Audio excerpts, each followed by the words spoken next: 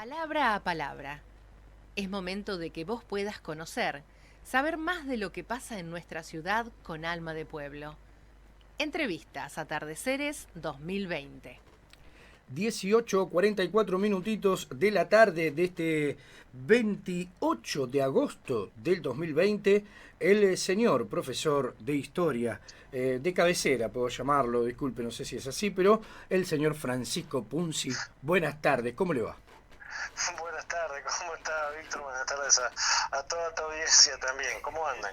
No sé de qué te reís, es como el médico de cabecera, pero vos sos un profesor de historia, es eso. Claro, bueno, y como en la medicina también siempre es bueno tener una segunda opinión por la duda, ¿no? También, es verdad, es verdad. ¿Cómo está, Fran? ¿Cómo está pasando estos 162 días, si no me equivoco, de cuarentena? Bueno, ahora que ya hiciste la cuenta es como, viste, como un presidiario, nada, no, Bien, a ver, uno lo lleva bien, qué sé yo, lo va la verdad llevando. es que hoy después de 4 meses le vi a mi mamá para, este, llevarle unas cosas que necesitaba y bueno, ahí uno tiene que aguantarse las ganas de abrazarla, de besarla, de Claro. que lo haga lo mismo con su nieto, pero lo hace sabiendo que en un futuro lo vamos a poder hacer, ¿viste? Así que no hay que hacer más grande la bola de lo que la realidad es. Sin duda, sin duda. Bueno, charlamos hace un tiempo y quería, justo nos da esta fecha tan importante, ayer se cumplieron 100 años de la radio. ¿Qué se puede decir? ¿Por dónde empezar de este hermoso mundo que quiero contarle a todos los que están escuchando que Fran también es operador de radio, gran operador de radio, así que sabe también desde el hacer de este hermoso mundo? Bueno, entonces aclaro la situación, efectivamente soy operador de radio, y una de las cosas que me enorgullece, porque es un lugar que he elegido, y lo he elegido no desde las grandes radios, sino desde las radios comunitarias. Sí, Una es en la que vos estás en este momento. Me sí, acuerdo que en ese momento el operador, nunca me acuerdo el nombre, pero le decían Yacaré. Así que era viéndolo a Yacaré, era viéndolo a Luis, que era una radio que ya no está más acá en Ituzaingó, que era la 104.3. sí. Ahí me agarró Pará, ¿La Nuevo en la País radio estuviste vos? comunitaria. ¿La Nuevo País? ¿Cómo? ¿La Nuevo País? Nuevo País, claro, era Nuevo Claro, País. también estuve ahí, hermoso. Sí, también estuve por allí. Bien, bien, qué bueno, dale. Y bueno, y me enorgullece haber sido parte y aún serlo, aunque ahora más esporádicamente del equipo de Marca de Radio, por ejemplo, con Sí, Eduardo Aliberti, a quien le tengo una admiración, un respeto y un cariño muy grande, un gran profesional, y un buen amigo que me ha dado la radio. tremendo, tremendo. Pero sí, soy profe de historia y la historia de la radio, imagínate, es una manera de vincular dos pasiones mías. Sí, mm, La verdad es que vos me preguntabas qué se puede decir. Como sí se pueden decir muchas cosas, siempre cuando se habla de la historia de la radio y la historia de la radio en Argentina, generalmente se habla de la historia de la radio en Buenos Aires y de las grandes radios, de las radios que han trascendido, que han tenido una audiencia sumamente importante, de personajes que han estado ahí dentro, que salían al aire con su voz y le daban su imagen, como alguna vez dijo Badía, ¿no? Imagen de sí, radio. sí. Le daban su imagen a través de su voz, a través de sus pensamientos, y bueno, los operadores somos en todo caso los grandes olvidados porque jugamos otro rol dentro de la radio. Pero Pará. eh, Porque para mí se hace un 50%, el 50% del operador. ¿Puede ser esto? mira, sería A ver, no sé si sería justo decir si es un 50% o qué porcentaje. Hay programas donde realmente los operadores juegan un rol muy importante sí, porque le ponen todo, le ponen no solamente la musicalización, sino también los sonidos. Hay operadores que te enganchan nota, que te buscan información, que están... sí, Y hay otros, como también hay programas donde los profesionales, por ejemplo, yo siempre, ya que lo nombré, lo digo, me han dicho, y che, ¿qué onda? ¿Cómo es estar con Eduardo Aliberti? ¿Viste? Digo, y la verdad es que operar el programa de Eduardo Aliberti es una de las cosas más sencillas que puede haber, muchas veces me preguntan, che, ¿viste lo que dijo Aliberti? Y le digo, y no sé, pero ¿cómo no sabes? Si vos sos el operador de Eduardo. Y no, es que no lo escuché, estaba haciendo otras cosas. ¿Pero cómo estabas haciendo otras cosas? Estás adelante de Aliberti. Bueno, el operador hace otras cosas y Eduardo es un manual de señas. Sí. Entonces vos podés operar sin volumen, si quisieras. Ahora no, porque estamos en pandemia, sale de la casa, ¿no? Claro, claro. Él está dentro de los post-60, así que no va a la radio. Y realmente es muy sencillo, con lo cual que me pongan a mí o que pongan a otro sería prácticamente lo mismo. Una vez que conoces el programa ya está. Claro, claro. Pero siempre está a tiempo, ¿eh? Está a tiempo con las noticias, a tiempo con la media hora, a tiempo para terminar el programa. Es impresionante. Sí, siempre ha sido muy meticuloso con esas cuestiones. Ha sufrido nuestros chistes, nuestras bromas, que muchas la audiencia no se entera, para que vean que también es un hombre con un humor, con muy buen humor, porque se ha bancado cada cosa que le hemos hecho, sobre todo por esos trastornos que tiene con respecto a entregar en horario, dejar el top limpio y todo ese tipo de cuestiones. Pero, y vinculándolo con la historia de la radio, voy a ir en todo caso más desde una cuestión contemporánea hacia el pasado. Eduardo es un pedazo de historia de la radio, con sin anestesia, bueno, con marca de radio por supuesto que también, pero con sin anestesia a través de la dictadura, donde no sé si se lo ha copiado al peruano Hugo Guerrero Martínez o no, que es otro grande de la historia de la radiofonía. Dice que lo admira mucho, Fran. Dice que lo ha admirado y que ha aprendido de él. Sí. Siempre él ha manifestado su admiración para Hugo Guerrero Martínez. Su productora, Roxana Russo, también fue productora de Hugo Guerrero Martínez, y bueno, algunas de las cosas que nos ha contado que era... Lo cito textual, era un negro exigente. Sí.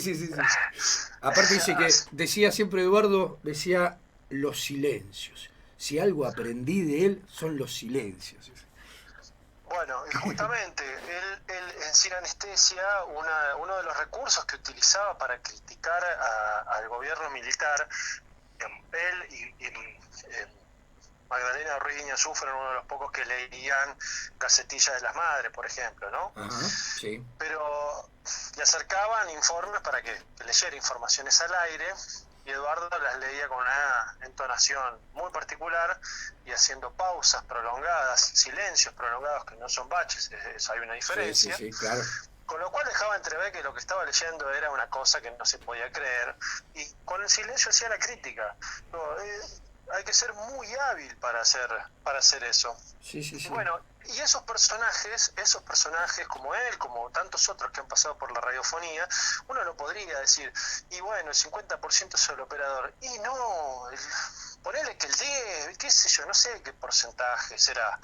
En los programas, ya que recuerdan algunos, como la revista Dislocada, que fue, o los 5 grandes del buen humor, que eran los primeros programas de humor, bueno, los sonidos eran hechos ahí en vivo y en directo. Qué bien. Porque, es más, estaba reglamentado, ya a partir de la década del 40 se reglamentan muchas cuestiones, con el gobierno de Perón. Anteriormente también hay otras reglamentaciones que, bueno, podríamos llegar a discutir o no estar de acuerdo, y que tenían que ver con este tipo de ambientación, y bueno, tenían que tener cierto decoro, ¿no? Por eso, bueno, justo antes del gobierno de Perón, en el gobierno de Ramírez, bueno, la prohíben a Catita, por ejemplo, porque deformaba la lengua, y Nini Marshall se va a México, ¿no? Sí, qué grande, Nini Marshall, impresionante.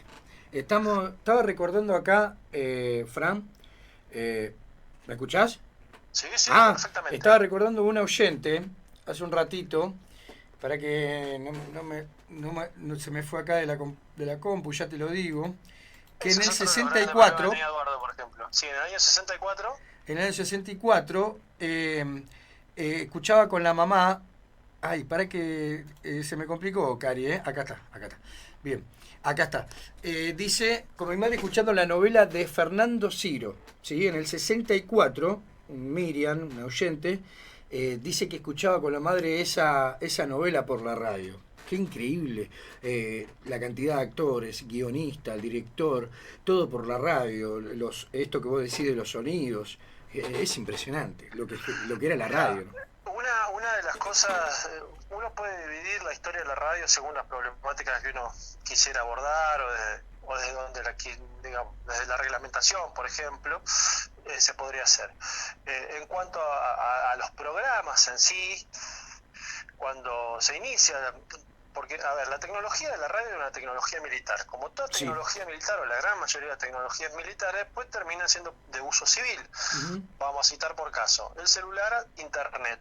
Bueno, la radio era tecnología militar. Sí. De hecho, las primeras reglamentaciones tenían que ver con el telégrafo, que la primera reglamentación que se conoce de telégrafos en Argentina es de 1875. Por supuesto, la radio no existía en 1875. Y quien se hace cargo de la radiotelefonía, no la radiodifusión, sino de la radiotelefonía, es el Ministerio del Interior y el Ministerio de Guerra. Ajá. Posteriormente, en la década del 20, en el año 24, si mal no recuerdo, al caso no hay... en el año 24 se reglamenta, pero en el 28 se traslada al Ministerio del Interior, pero a la Secretaría de Correos y Telégrafo. Bien. Entonces ya ahí empieza a haber una situación diferente, porque experimentos o mensajes a través de la radiotelefonía hubo mucho antes. De hecho, en Estados Unidos y en otros lugares del planeta se ha utilizado la radio tal cual la conocemos nosotros, en el sentido de vos pones un dial, obviamente la radio galena no es que agarrabas la carina y ponías el dial y te salía, pero digo, la misma tecnología que de 1920 para saber las elecciones de Estados Unidos, por ejemplo, u otras cuestiones que tenían que ver con información específica. La diferencia que hay, y por eso Argentina se dice pionera en la radiodifusión, que no es lo mismo que la radiotelefonía, es que tiene que ver con la radio como la conocemos hoy, la radio como forma de entretenimiento. Bien. Entonces, esos locos de la azotea, los dichosos locos de la azotea que se habrán visto en estos días. Pasamos un retazo recién, pasamos al comienzo del programa, los locos de la azotea. Sí. Bueno, esos locos de la azotea lo que hacen fue transmitir a través con una antena en el Teatro Coliseo una obra de Wagner, Parsifal, que duraba como 4 horas. Sí. Bueno, entonces, y a partir de ahí, todas las noches desde el Teatro Coliseo empezaron a transmitir las obras que daban. Entonces era música clásica, era ópera, los que daban, pero era claramente como forma de entretenimiento. Ya no era la radiotelefonía para informarnos o para ver dónde está un buque adentro del océano. Esa es la diferencia. Eso es, claro. La creación del entretenimiento, el uso de esa herramienta como entretenimiento, para difundir música, para los radioteatros después, para esas cosas, claro.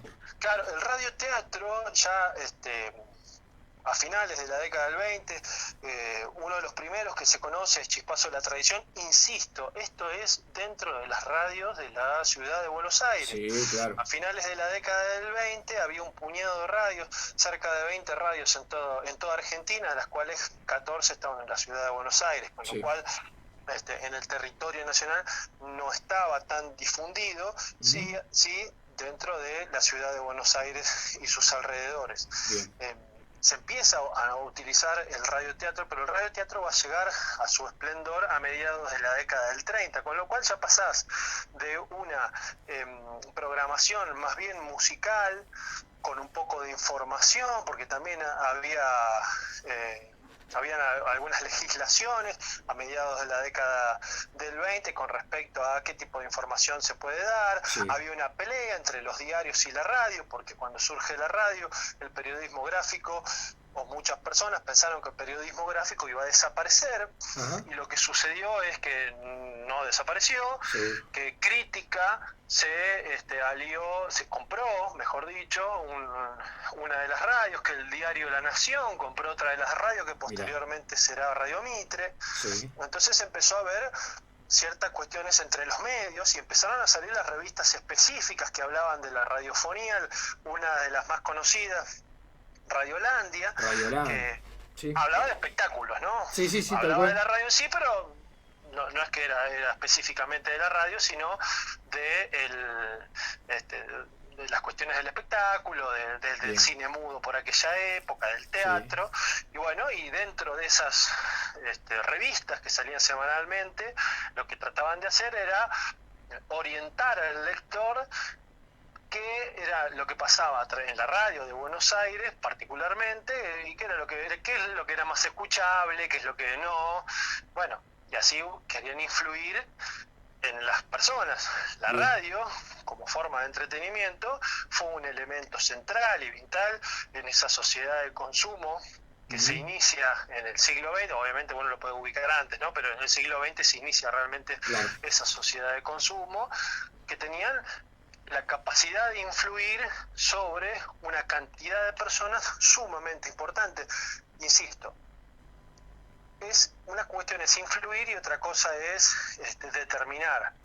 Porque uno puede utilizar el cine mudo como forma de integración de los inmigrantes en la Argentina, pero también uno lo puede utilizar a la radio en ese mismo sentido.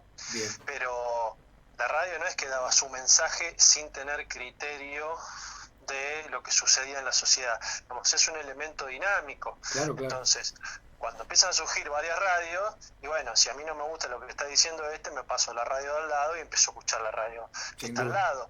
Bueno, dentro de eso, los consumos culturales empezaron a cambiar. ¿Por qué? Porque la persona, aún hoy en día, la mayoría de la gente que nace pobre, muere pobre, en inicios del siglo XX, más aún, y entonces uno podía encontrar a la gente que quería aspirar a cosas mejores, quería tener lo mismo que consumen la clase alta o la clase pudiente, y bueno, la radio sirvió para generar ese tipo de incentivos o alternativas, ¿no? Por supuesto. Bueno, la radio es muy importante en ese sentimiento, en ese nuevo orden cultural que se va imponiendo. Y bueno, el radioteatro sí, a partir de la década del 30 y fundamentalmente del 40 están en su apogeo. Seguro. Qué loco, ¿no? Porque ahí ya en tu recorrido ya marcaste como que ya se empezaron a armar algún multimedio, ¿no? De diarios que compraron radios, ¿no? Ya en esa época, al iniciar nomás, ya se veía... Y mira, en el año 24 se asocian, hacen la asociación de broadcaster, no recuerdo bien la sigla, pero era básicamente los empresarios y la gente que manejaba el mercado de la radio, porque hay diferentes formas de manejar la radiofonía. Nosotros estuvimos más cercanos a la idea de Estados Unidos, que era una radio más comercial. Después tenías en Italia, que era un sistema más bien mixto entre lo estatal y lo privado, y después tenías un sistema como el de Gran Bretaña, que era más bien estatal. Vos fíjate, estoy diciendo Gran Bretaña, inicio del siglo XX, la BBC, era la potencia mundial económica, comercial, y el laissez-faire y el libre cambio. Bueno, ellos tenían un sistema estatal. Ellos tenían un sistema estatal fuerte. Acá se legisla y lo que se dice es, bueno, el éter es del Estado, pero más o menos dejaron hacerle a los empresarios lo que quisieron, para hacer lo que quieran. Entonces, cuando empezaron a legislar, dijeron, no, miren, todo fantástico, acá el éter es del Estado, nosotros le damos la licencia, no van a tener problemas, vamos a ver cuánto tiempo la tiene cada uno, o cómo lo vamos a negociar, y ahí se agruparon y dijeron, bueno, nosotros hacemos. Duró muy poco, después hubo otras asociaciones. De hecho, una de las hubo muchas complicaciones con la radio con el tema de los trabajadores, y los trabajadores pongo los músicos mismos, ¿no? Porque los músicos de que se quejaban, miren, están poniendo la música a través de los discos en la radio y nadie me va a ver al teatro. Entonces, en ese consumo cultural estaba el pobre que no podía ir al teatro, que bueno, que accediendo a una radio que tal vez era de algún vecino o era de algún familiar, iban y escuchaban la voz de Carlos Gardel, por ejemplo, y no tenían que ir hasta el teatro. Claro, claro. Entonces, decían, bueno, entonces, ¿qué pasa con esto? Alguien me tiene que pagar a mí porque están pasando mi música. Bueno, y ahí se empieza a comprobar el derecho de propiedad intelectual que tenía que legislarse. Se legisla. Pero ¿qué pasaba con el resto de los trabajadores? ¿Cuándo se empezó a legislar cuántas horas tenía que trabajar cada uno? Los operadores, ya que estamos, ¿cómo tenían que trabajar? Bueno, esas legislaciones empiezan a partir del año 1946. Por supuesto, a los empresarios no les gusta mucho, pues me dicen, mira, ningún derecho Sí. de ningún trabajador le gusta mucho a los empresarios, ¿eh? Eso sepámoslo, en cualquier rubro. No, claro, seguro, no tengo ninguna duda que la mayoría de los empresarios, porque no quiero meter a todos en la misma bolsa, tampoco voy a hacer un raconto de quiénes sí, quiénes no está en mí hacerlo. Sí, en líneas generales, cuando a vos te dejan hacer, bueno, tratás de sacar el máximo provecho posible. Seguro. Entonces, vos imaginate que trabajabas en un medio que por excelencia te daba un glamour social, porque vos estabas en contacto con todas las estrellas y entonces la gente te conocía, vos ibas de un pueblo a otro llevando chispazos de la tradición, por ejemplo, o algún otro radioteatro, e iban vestidos de punta en blanco, claro. Sí, porque la gente iba a verlos a ellos porque no los conocían. Entonces era muy importante, y legislar sobre eso era muy importante. La cuestión es que a partir del peronismo empieza a haber otras reglas de juego y empieza a haber un ámbito estatal mucho más presente que el privado. Por supuesto que a las radios privadas no les gustó esto. Entonces empezaron a negociar de diferente manera. Bueno, la cuestión es que en el año 1958, o sea, Revolución Libertadora, se crea ARPA. Aún actualmente, Asociación de Radiodifusoras Privadas de Argentina. Dicho sea de paso, los operadores de radio de la República Argentina en la actualidad tenían que revisar su acuerdo de la paritaria anterior en enero y marzo por las cláusulas de revisión salarial por el tema de la inflación, y ARPA unilateralmente dijeron, no, esto no lo vamos a revisar ni lo vamos a pagar, con lo cual hemos quedado muy atrás en nuestro sueldo. Y este año todavía no hemos tenido paritarias porque ARPA se niega. Bueno, ARPA se crea con la Revolución Libertadora. Perdón, Frank, y ARPA, a ver, las radios son esenciales, ¿no? En toda la cuarentena estuvieron todos trabajando. Los medios de comunicación fueron designados como esenciales. Trabajos esenciales, sí. Claro, y encima no le tuvieron paritaria. Hay un montón de rubros que no laburaron. Puede ser que se traslade eso más adelante, pero los que laburaron necesitan tener esa paritaria. Sí, dentro de, porque actualmente se negocia con la intersindical, que tiene que ver con la SAL, que es la Sociedad Argentina de Locutores, y con UTBA, si mal no recuerdo, que es del periodista. Bueno, estamos en esa situación de atraso. Sí, estamos atrás. A lo que yo quería hacer referencia es que mientras en un gobierno, con todas las críticas que uno puede hacer o no, te puede gustar o no, tenías un gobierno que defendía a los trabajadores, obviamente los empresarios se pusieron en contra, otro gobierno genera las condiciones para que los trabajadores queden precarizados, que era el tema de la Revolución Libertadora. Ahí como cualquier otra. La radio, a través de la historia, sobre todo en el inicio y hasta la década del 60, fue el medio más importante, de mayor influencia en el público, que se fue renovando, que cada época empezó a marcar diferentes etapas de la radio en cuanto a los contenidos, ya sea una cuestión musical, ya sea una cuestión informativa, ya sea a través de los radioteatros, como posteriormente, uno de los más recordados, el Fontana Show, Sí. Los contenidos que tenían que ver en relación a el entretenimiento de preguntas y respuestas. Si bien existió en la década del 20, creo que fue en Radio Prieto, que estuvo Carlos Gardel, teniendo sus audiciones, hicieron como un tipo reality. Ajá. Porque Mirá. Radio Prieto era una emisora que era manejada, bueno, ahora se me fue el nombre del El dueño. De quien la manejaba. Prieto, bueno, Prieto, el apellido Prieto era quien le daba el nombre a la radio, ¿no? Estoy hablando de que se había hecho cargo de la gerencia, digamos, no era ese cargo, pero era este cargo, que manejaba la firma Odeón. Ajá. Entonces, ¿qué hacía? Hicieron como un reality. Vengan a mostrar acá sus habilidades, los grabamos y los emitimos a través de la radio, y ganaba el que más aplaudido era, porque era con público y todo. Fua. Sí. Por eso se hace Radio Nacional. Radio Nacional, el edificio, la estructura de Radio Nacional se hace específicamente para radio, teniendo en cuenta la BBC de Londres, Sí, RCA Víctor, y es un edificio magnífico. Es un edificio impresionante. magnífico. El que pueda ir a conocerlo cuando termine la pandemia, lo invitamos a que pase por Radio Nacional, que hay encima visitas y todo, se puede organizar.